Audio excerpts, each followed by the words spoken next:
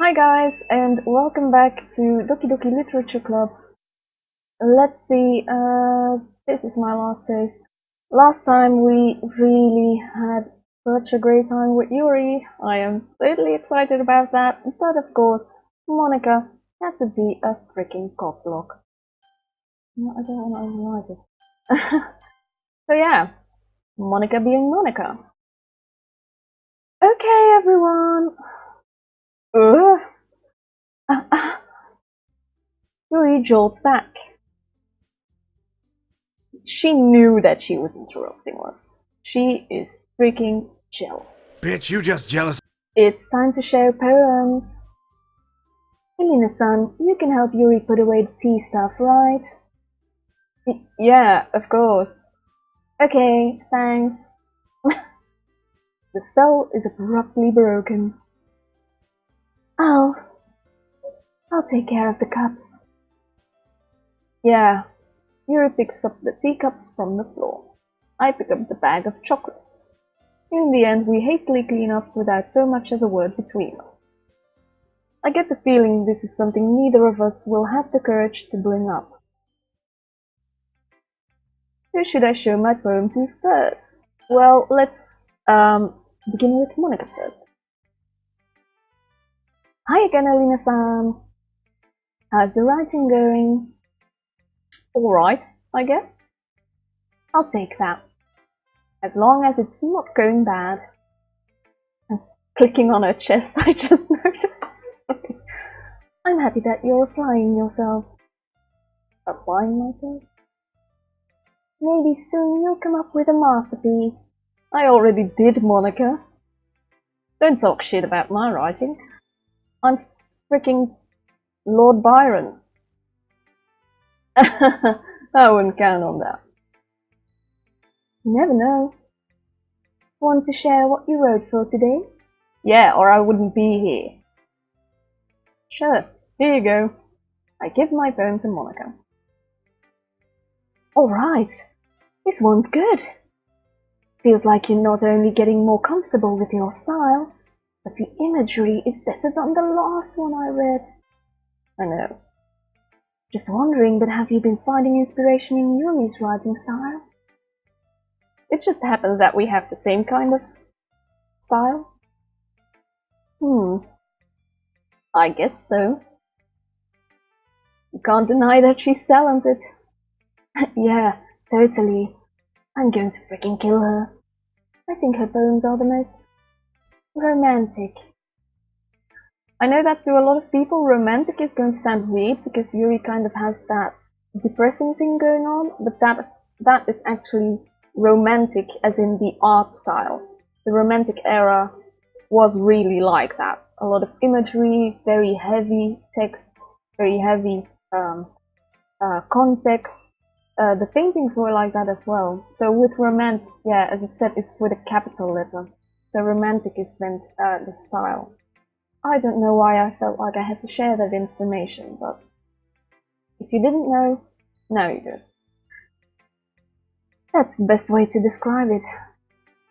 She's like a totally different person when she picks up a pen. I noticed that too. Or when she's talking about literature, it's like a light turns on inside her. Sadly, it's hard to get much personal conversation out of her.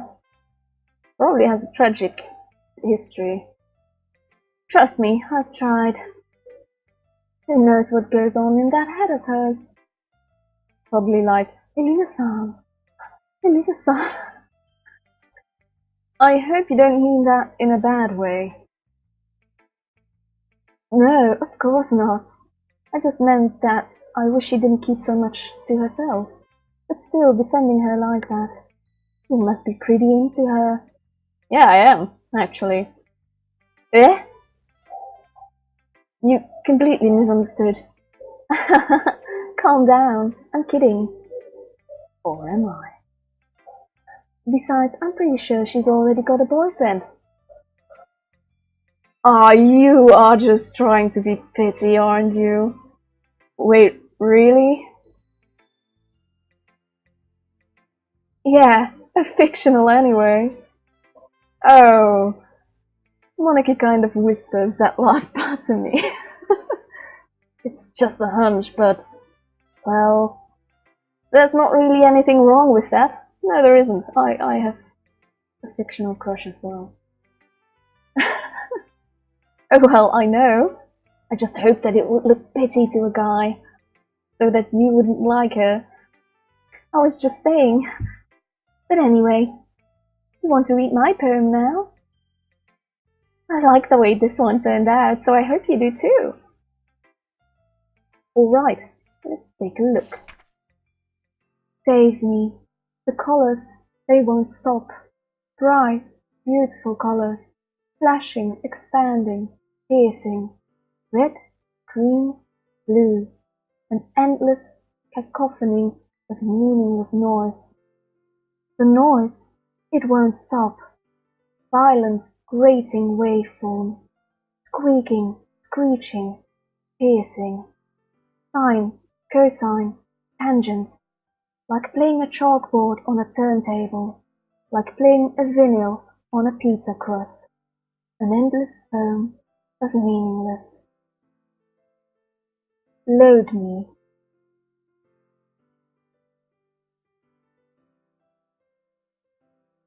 I don't know what you're trying to do, game, but you're making me paranoid, because I know there's like character files. Do I have to open that? I don't know.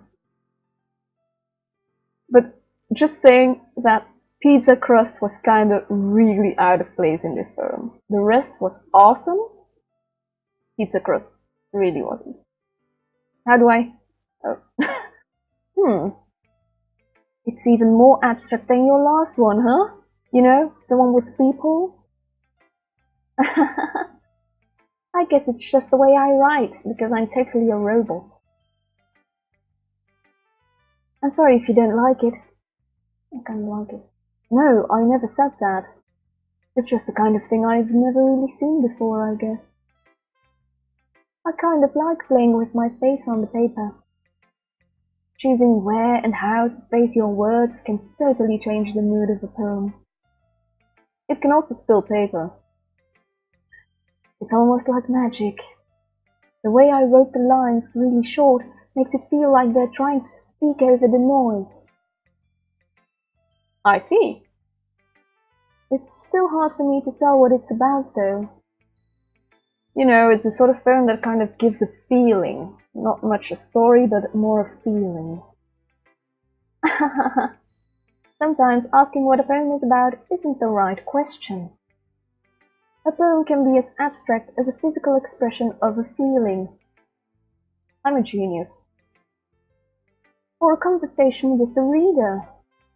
So putting it that way, not every poem is about something. Anyway, here's Monika's writing tip of the day. Sometimes you'll find yourself facing a difficult decision, you know, like choosing which girl to date. When that happens, don't forget to save your game. What's that supposed to mean? You never know when you might change your mind. Or when something unexpected may happen, aka save. Wait, is this tip even about writing? The meta, it's coming down. The fourth wall, it's broken. What am I even talking about? That's my advice for today. Thanks for listening. This was a message of general importance. I was trying to translate that line that we used to hear. I'm too curious what Yuri has to say, sorry. Let's see what you've written for today. Yuri stares at the poem with a surprised expression on her face. Do you like it? I made it especially for you. Game-san, this one might even be better than yesterday's. How did you even pick up on this so quickly? You know, it's not that difficult. You just choose like 20 words and I spaced them out on a paper, and I picked the ones that I liked. You should try it. It's really easy. Just yesterday, I was telling you the kind of techniques worth practicing. Maybe that's why. You did a good job explaining. I really want to try giving it more imagery. Yuri visibly swallows. If you know what I mean. Even her hands appear sweaty. I'm not used to this. Used to what? I don't know. It's like all these feelings and... oh God. It's fine. Take your time. Yuri breathes and collects her thoughts. I know that Yuri likes to think before she speaks, so I offer that patience to her. Yeah. Just being appreciated like this, I guess. It probably sounds really stupid. Seeing someone motivated by my writing, it just makes me all tingly inside. Really happy, I mean. Are you saying you've never shared your writings before? Yuri nods. Really? I don't believe it. I really only write for myself. And besides, people would just laugh at me. You really think that? Again, Yuri nods. Huh. Even your close friends? Don't be silly, she doesn't have any. Yuri doesn't respond to that. He's so much like me. I wonder why. Anyway, do you want to share the poem you wrote today? Yeah, I do. If it's with you. The Raccoon. It happened in the dead of night while I was slicing bread for a guilty snack. My attention was caught by the scuttering of a raccoon outside my window. That was, I believe, the first time I noticed my strange tendencies as an unordinary human. I gave the raccoon a piece of bread, my subconscious well aware of the consequences, well aware that a raccoon that is fed will always come back for more. The enticing beauty of my cutting knife was the symptom. The bread, my hungry curiosity, the raccoon, an urge.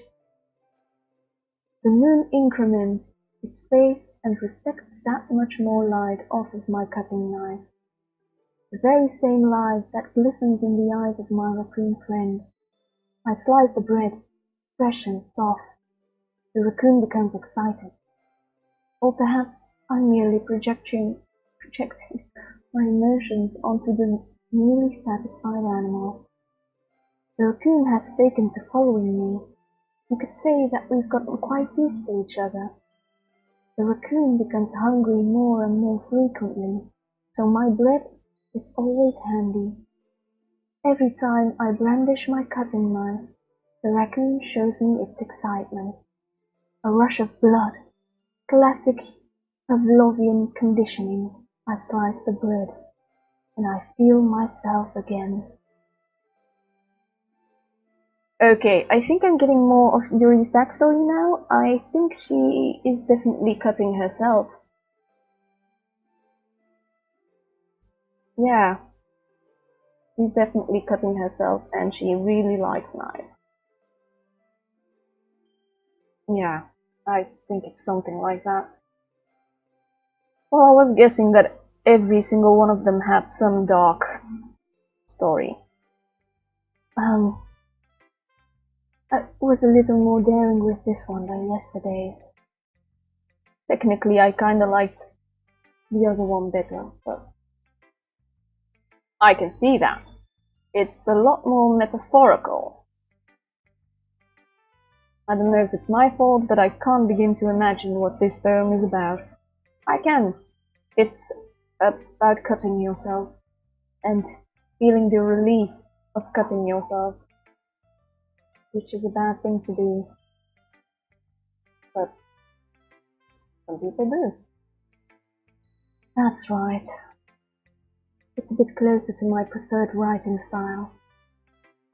Using the poem as a canvas to express vivid imagery and conveying emotions through them. Yeah, if I take it at face value, then I can't even figure out what it's supposed to mean. I can. Well, I think it's something that different people can relate to in their own way. Two people smiled. I wanted to express the way it feels for me to indulge in my more unusual hobbies, you know, like knife collecting and cutting myself with them.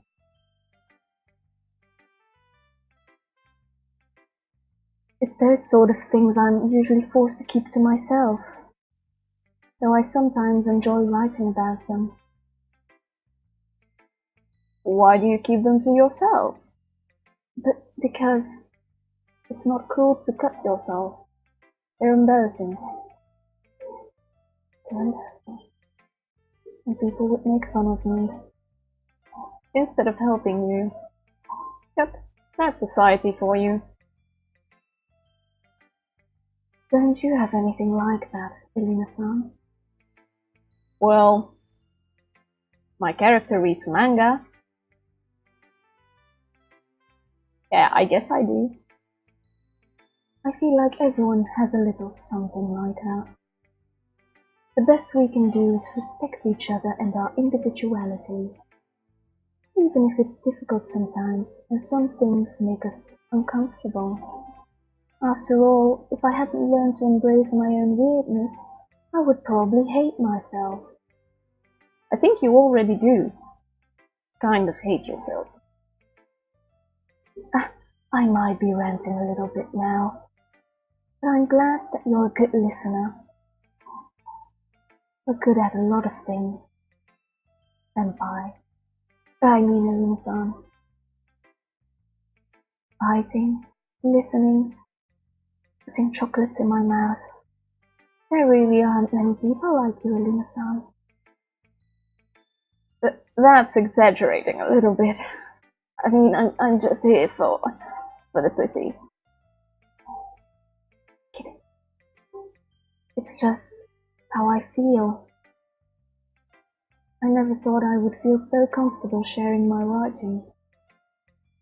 But now I almost feel like I look forward to it. It's just a really nice feeling. And you're the tank for that. It's nothing, really. Yuri smiled sincerely at me. For just a moment, her timidness seems to disappear. Who should I show my poem to next? Well, next episode it's going to be Sayori and Natsuki. Natsuki is probably going to freaking bash my head in or something, because she totally hates me. She kinda loves me, but she's kinda frustrated with me, I guess. So yeah, that will conclude this episode. I hope you enjoyed it, and I will see you next time. Bye!